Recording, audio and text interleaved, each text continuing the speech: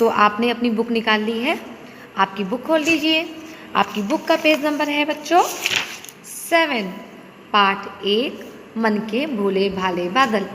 तो पिछली क्लास में मैंने आपको कविता पढ़ाई थी, अच्छे से समझा भी दिया था और आपको होमवर्क भी दिया था।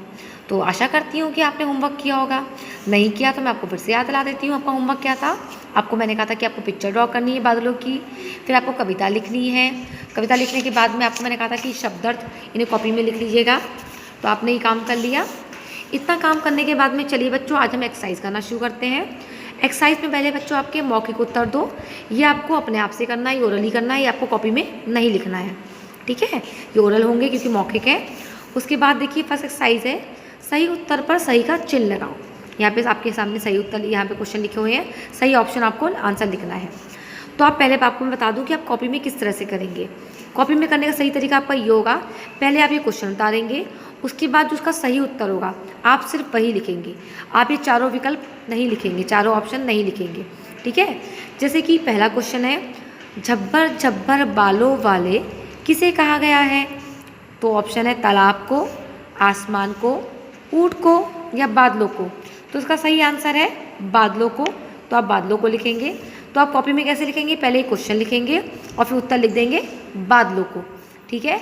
आपको ये चार ऑप्शन लिखने की कोई ज़रूरत नहीं है। इसी तरीके से आप एग्जाम में भी करेंगे, आप एग्जाम में भी इस तरह से बार बार चार ऑप्शन नहीं उतारेंगे। ऑलराइट, फिर नेक्स्ट है आपका, कवि ने बादलों को किस किस नाम से पुकारा है।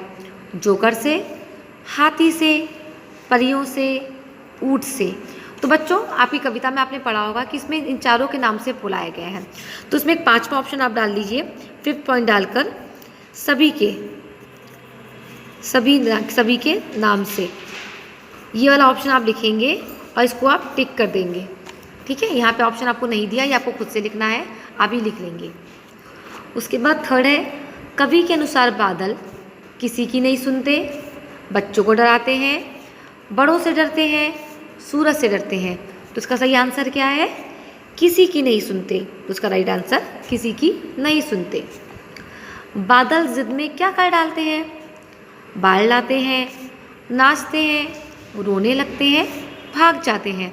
करेक्ट आंसर इज बाल लाते हैं।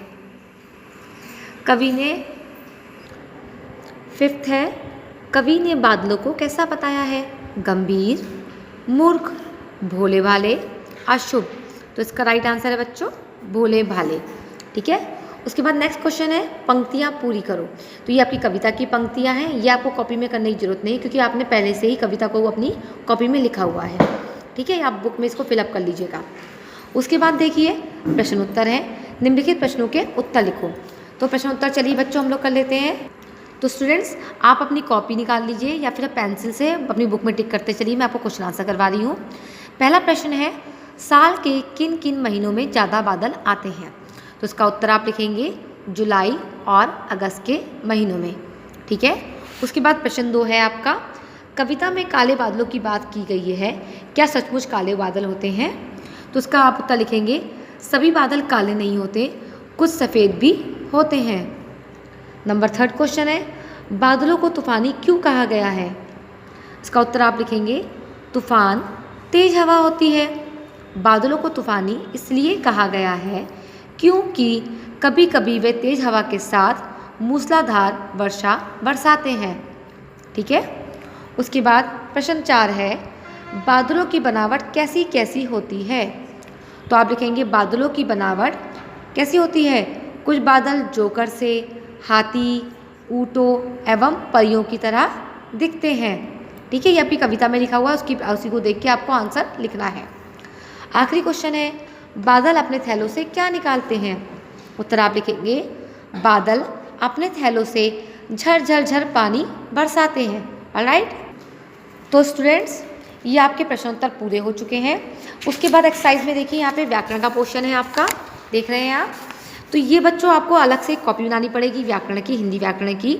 जो जैसे मैंने आपको अभी तक जो भी एक्सरसाइज में ये सब करवाया, ये तो आप अपनी हिंदी की एक फर्स्ट कॉपी बनाएंगे हिंदी उसकी, और दूसरी कॉपी बनेगी आपकी हिंदी व्याकरण की।